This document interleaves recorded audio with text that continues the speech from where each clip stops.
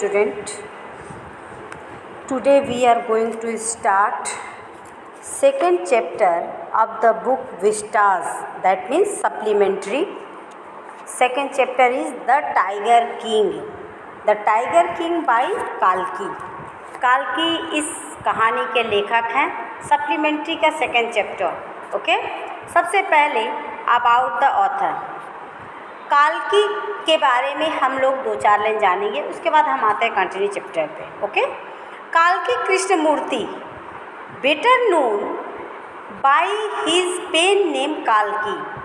काल्की कृष्णमूर्ति का हम काल्की नाम से जानते हैं, उनका पेन नेम काल्की है.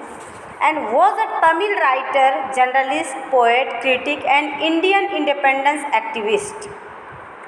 काल्की को तमिल के लेखक भी माने जाते हैं. वो बहुत अच्छे पत्रकार, कवि, critic and Indian independence activist भी माने जाते हैं. उन्होंने अपनी कहानियों में अलग अलग तरह की क्वालिटी के बारे में बताया है कि कुछ कहानी ऐसी होती हैं जो हमें कुछ न कुछ मोरल चीज़ें दे के जाती हैं. तो इससे रिलेटेड इनकी भी एक कहानी है. कुछ ह्यूमन बीइंग को, कुछ नेचुरल बीइंग को, कुछ एनिमल्स बीइंग को भी कुछ इनकी कहानी से पता चलता है. His writing include over 120 short stories.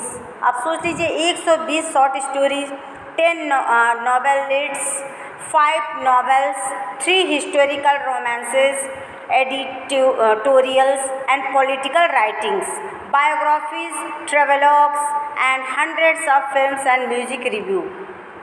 यानी कि आप खुद ही समझ में होंगे कि इन्होंने स्टोरी भी लिखे हैं, नॉवेल्स भी लिखे हैं, हिस्टोरिकल रोमांस भी लिखे हैं, एडिटोरियल्स भी रह चुके हैं, पॉलिटिकल राइटिंग्स भी किए हैं इन्होंने, बायोग्राफीज भी है एंड ट्रैवलॉग्स, यात्रा से रिलेटेड भी कई कहानी इन्होंने लिख डाले हैं. And hundreds of films and music reviews. इन्होंने बहुत सारे फिल्म भी किए और म्यूजिक भी दिए हैं.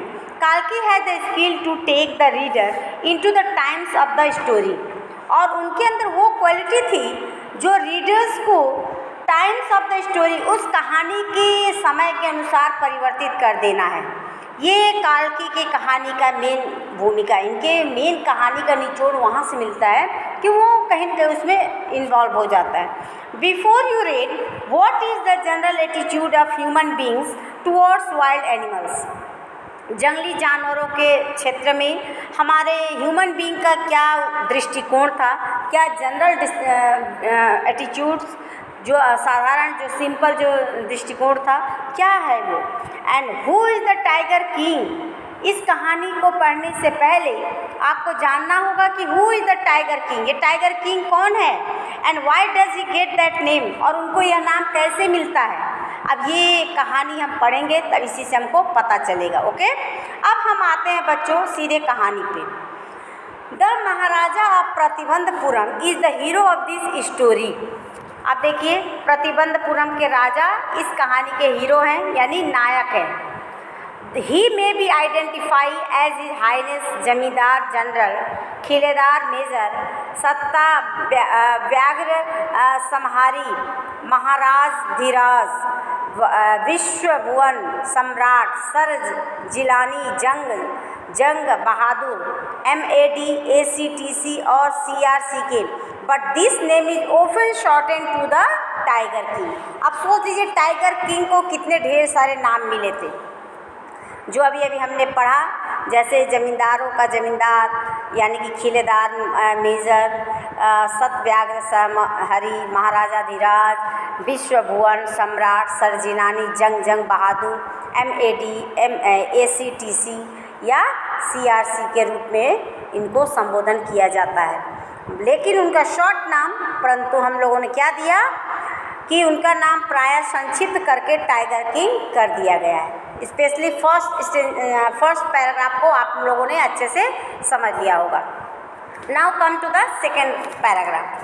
I have come forward to tell you why he come to know as the Tiger King. I have no intention of pretending to advance, only to end in a strategic withdrawal. Even the threat of a Stuka bomber will not throw me off track. Thus, Stuka, if it likes, can beat a hasty retreat from a story. अब देखिए second paragraph में मैं आपको यह बताने के लिए आगे आया हूँ कि उन्हें टाइगर किंग के रूप में क्यों जाना गया, क्यों उनको टाइगर किंग का नाम मिला। और I have no intention of, और मैं आगे बढ़ने का बहाना इस उद्देश्य से नहीं कर रहा हूँ कि only to end in strategic withdrawal, कि मैं अंततः उसके इसमें योजनागत रूप से पीछे हटना चाहता हूँ। इवन द थ्रेट ऑफ स्तूका बम वर्षक जैसे एयरक्राफ्ट की जो धमकी भी मुझे अपने मार्ग से नहीं हटाएगी। Off throw me off track, off का मतलब ही होना है हटाना। द स्तूका इफ इट लाइज, और स्तूका यमर्स जो भी है, स्तूका जो भी चाहे, can beat a hasty retreat from my story, वह तुरंत मेरी कहानी से पीछे हट सकता है। यदि लगता है कि इस कहानी में बम वर्षक चाहे तो वह तुरंत मेरी कहानी से पीछे हट सकता है। देखिए काल्की ने कितने अच्छे भाव में महाराजा के बारे में भी वहाँ नॉमिनेट किया, और क्वालिटी उनकी जो की गई, यानी कि आइडेंटिफाई कैसे उनके जाने जाते हैं ये किया गया, उनके नाम को कैसे शॉर्ट एंड यानी संक्षिप्त में किया गया, साथ ही साथ इंटेंशन उनका क्या उद्देश्य था, अलग अलग तरीके से सबको हमने नॉमिनेट किया। अब आते हैं थर्ड पैराग्राफ पे बच्चों, देखिए right at the start it is imperative to disclose a matter of vital importance about the tiger king. Everyone who reads of him will experience the natural desire to meet a man of his indomitable courage face to face। अब देखिए शुरुआत में ही tiger king के बारे में बहुत ही महत्वपूर्ण बात का खुलासा करना आवश्यक है कि जो भी व्यक्ति, हर व्यक्ति जो इसके बारे में पढ़ता है उसकी यह स्वाभाविक इच्छा होगी कि वह ऐसे अदम्य उत्साही व्यक्ति के साक्षात्कार का अनुभव प्राप्त करे। But there is no change of its fulfillment. As Bharat said to Ram about Dashrath, the Tiger King has reached that final abode of all living creatures. In other words, the Tiger King is dead. यानी कि लेकिन इस इच्छा के पूरे होने का कोई अवसर नहीं मिला, जैसा कि आपको एक एग्जाम्पल के थ्रू यहाँ बताया भी गया कि भारत ने राम को दशरथ के बारे में बताया था।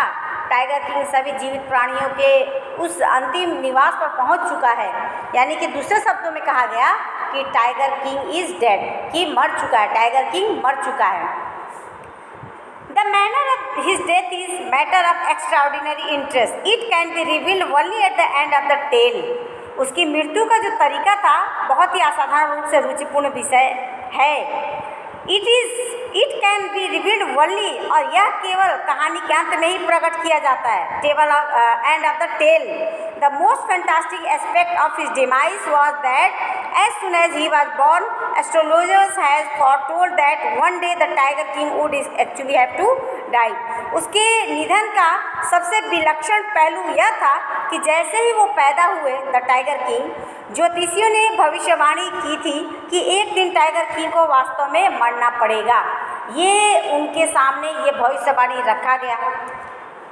The child will grow up to become the warrior of warriors, heroes of heroes, champion of champions, but they beat their lives and swallowed hard. अब बच्चा बड़ा होकर योद्धाओं का योद्धा, नायकों का नायक, विजेताओं का विजेता बन गया, लेकिन उन्होंने अपने होठ काटे और थूक निकाल दिया। यानी कि किस तरह से लिप्स एंड स्वेलोड हार्ड, बहुत कठिनाई से उन्हें निकल गया।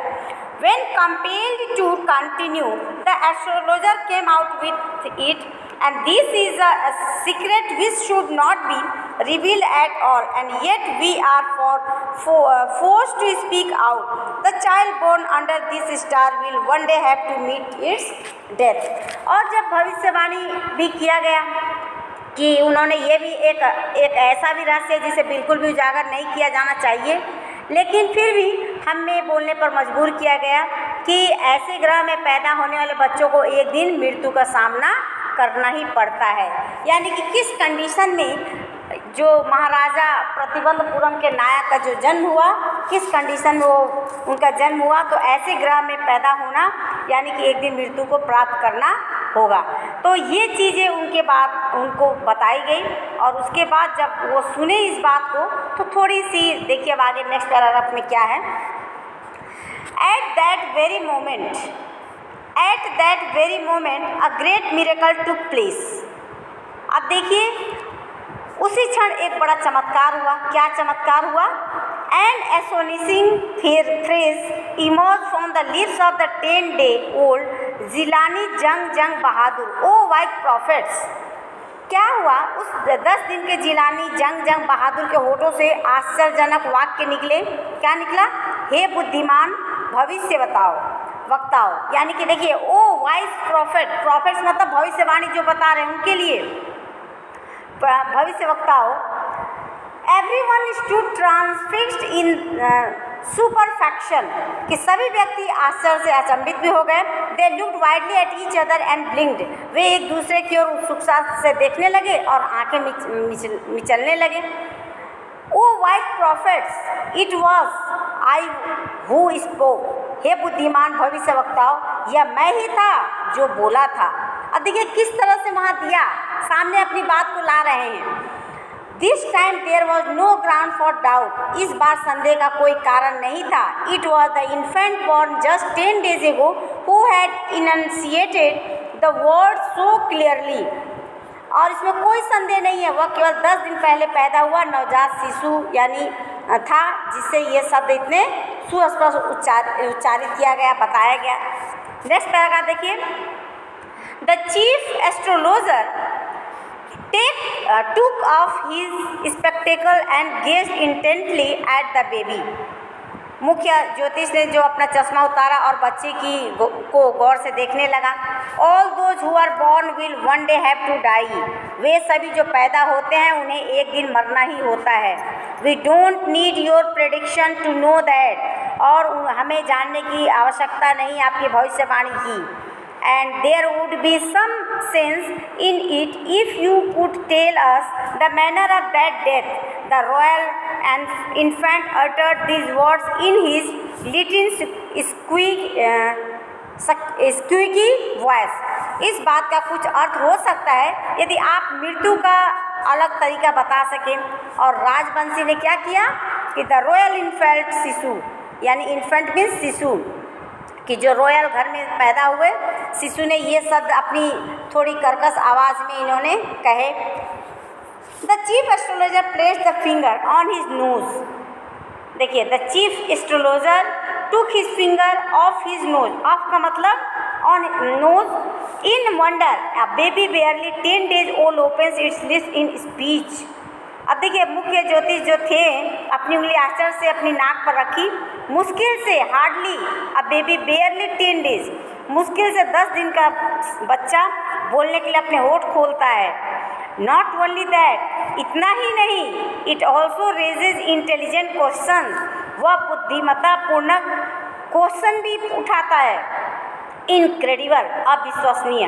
Rather like the bulletins issued by the war office then facts, यह तथ्य नहीं बल्कि युद्ध कार्यालय से जारी की हुई विज्ञप्ति का एक भांति थी, उसके अनुसार था।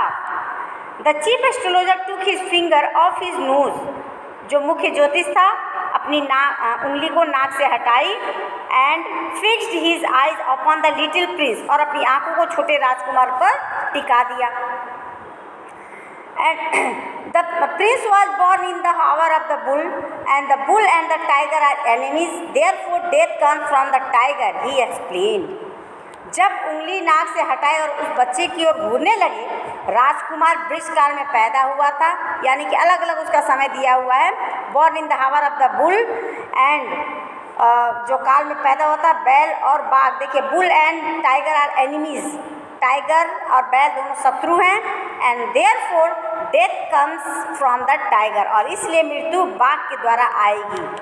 ही एक्सप्लेन, उन्होंने इस बात को एकदम क्लियर कर दिया। एंड इन नेक्स्ट पैराग्राफ देखिए बच्चों, you may think that crown prince Jung Bahadur was thrown into a quake when he heard the word tiger. और जब टाइगर के आप सोच सकते हैं कि जब युवराज जंग बहादुर ने बाघ का शब्द सुना तो वह कांप उठा। That was exactly what did not happen, परंतु वास्तव में ऐसा कुछ भी नहीं हुआ जितना डर था। एज सुन एज, जैसे ही heard it pronounced the crown prince gave a deep growl terrifying words emerge from the lips. जैसे ही आवाज़ आई, एज सुन एज आवाज़ सुना, the transfer gave a deep growl, कि उस युवराज ने बहुत ही तेज़ आवाज़ में गुर्राया। Terrifying words emerge from his lips, उनके होठों से भयभीत वाले शब्द आने लगे। This count is one, latest tiger beware, बाघों सावधान हो जाओ। लेटेस्ट टाइगर्स बीवेयर, जितने भी बाघ हो सावधान हो जाओ। देखिए अब उस बच्चे के द्वारा अब बाघों की हत्या किस प्रकार होगी, यानी कि बच्चे के लिए भविष्यवाणी था कि बाघ के द्वारा इसकी मृत्यु होगी। इसने ही अपने मुंह से भविष्यवाणी कर दिया कि लेट टाइगर्स बी अवेयर, कि सारे टाइगरों अब आप लोग अवेयर हो जाओ। This account is only a rumor life in Pratibandhapuram, but with hindsight we may conclude it was based on some truth. यह तो केवल विवरण प्रतिबंधपुरम में फैली हुई एक अफवाह है, लेकिन इस दृष्टि से हम यह निष्कर्ष निकाल सकते हैं क्या, it was based on some truth, कि यह सब कुछ बेस्ड करता है ट्रूथ पे, सच्चाई पर, वास्तविकता पर, ये सब आधारित है, यानी कि ट्रूथ पर आधारित। ये देखिए बच्चे के जन्म के बाद कुछ भविष्यवाणी जब बच्चे तक पहुंचती है, उसने अपने शब्दों में गुर्राना शुरू किया कि अब बाघों के द्वारा मेरी जान को खतरा है, तो भाई सब अवेयर हो जाओ सारे बाघों, अब मैं तैयार हूँ आप तुम लोग को मारने के लिए। अब ये तो था आपका बेटा बच्चों फर्स्ट पार्ट स्टोरी का फर्स्ट पार्ट। अब आते हैं सेकंड पार्ट को हम नेक्स्ट क्लास में कंटिन्यू करेंगे। Thank you.